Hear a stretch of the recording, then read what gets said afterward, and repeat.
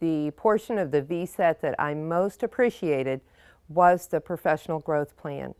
I was able to do a self-inventory and really look into what I needed to improve on in my teaching in a personal matter. And then I was able to develop the professional growth plan according to the guidelines that they set in VSET and come up with goals that I truly wanted to attain within that year. And that professional growth plan was the guide that I was able to use, and it was personal to me and made a huge difference in my classroom by the end of the year. Through really looking at myself as a teacher and looking at what I'm growing on, I could have my students grow on those same things. Seeing the growth of my students, mastering benchmarks and understanding the benchmarks through a Marzano study, I was able to see them grow in the same time that I was growing in the same aspects. The growth was exponential within me, within my students, as a learning community, as teachers. We worked diligently together a lot. We developed posters and shared with the faculty and really got on board with where students were going as far as our growth plan went with standards-based grading. The experience with VSET this past year has been a tremendous educational journey for our entire school, from the kindergarten teachers to our special area to our intermediate teachers and all in between. We've all learned to work together. We've seen us grow as professionals. We've seen our students grow as students in their responsibilities for learning, and so it has been a very exciting year in terms of learning at our school.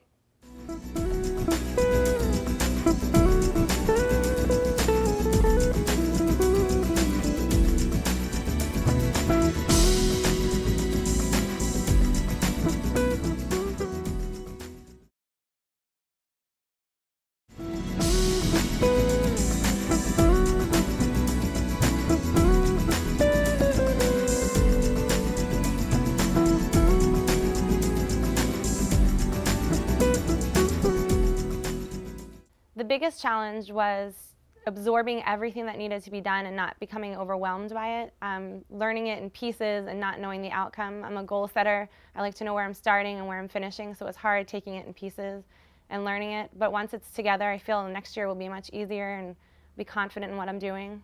The time it took to do everything was very challenging. It certainly is a new process, and every element of it is time-consuming in a good way, because you can't just do it in a few minutes. You really do need time to think about it and resolve things in your head and figure out what you're doing with it. The biggest challenge for our teachers, I think, was learning in bits and pieces as we were one of the pilot schools. At the end of the school year, as we're experiencing now, we're beginning to see the fruits of all the things that we've done. It's come together to see that our children have grown academically. They've learned to grow and taken responsibility for their learning. Our teachers certainly have become very well versed in their professional growth plans, which has transpired many new practices in our building. For me personally, as the administrator in our building, it has made me refocus some of my priorities in terms of serving our teachers. I think some of our teachers have been concerned over the fact of the availability, because the process did take some time. But the ultimate goal was we saw tremendous growth in both students and faculty. So the faculty development and the student development were the most positive things that came out of learning the Danielson frameworks.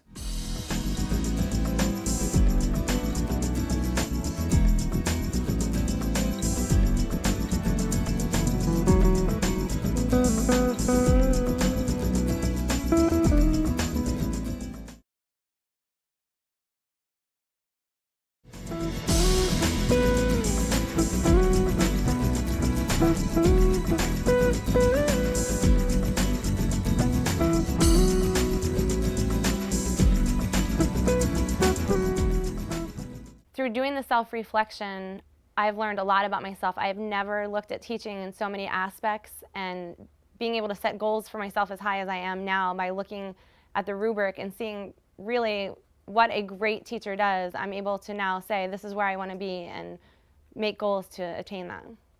The Common Core standards have been very rigorous this year, And in order for me to move with the county and move with the state and make sure that my children had mastered those pieces, I needed to change what I was doing in that classroom. And instead of it becoming, Mrs. Crandall in charge of the learning, my children became in charge of their own learning. Because the rubrics are written so explicitly, I was able to look at what I needed to do in order to become a better teacher. It's spelled out very clearly in black and white. I think mostly I just learned that even old dogs can learn new tricks, because I've been doing this a long time, and it's just given me a new lease on teaching. I'm excited about it. I really look forward to implementing my PGP next year, which I can say I probably wasn't as excited about 2 years ago.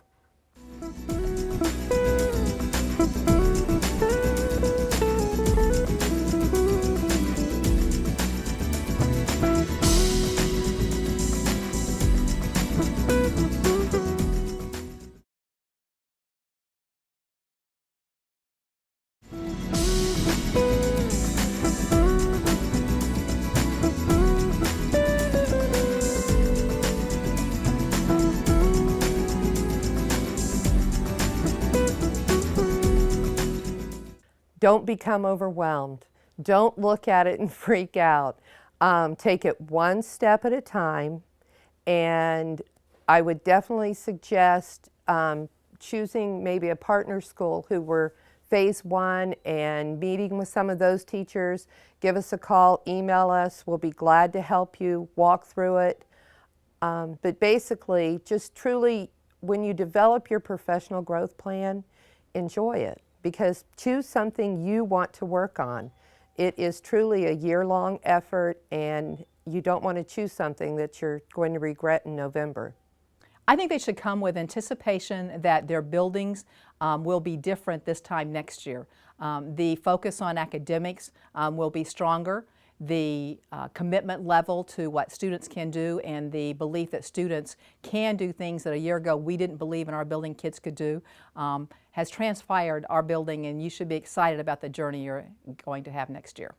You have so much more ownership now over what you're learning and what you're doing and how your own growth. So embrace it and truly grow in it. Your professional growth plan is what you make it, and you can take it as far as you want to go, and you have a lot of ownership of where you're going and where you would like to be. Really embrace the entire process, be excited about it. I was able to sit on the VSET committee, so I got to talk to a lot of teachers about where they were going and what was going on, and there's certainly frustrations involved with it, but so much excitement and so much growth. And if everyone truly embraces it and gets on board, we will see tremendous things in Volusia County.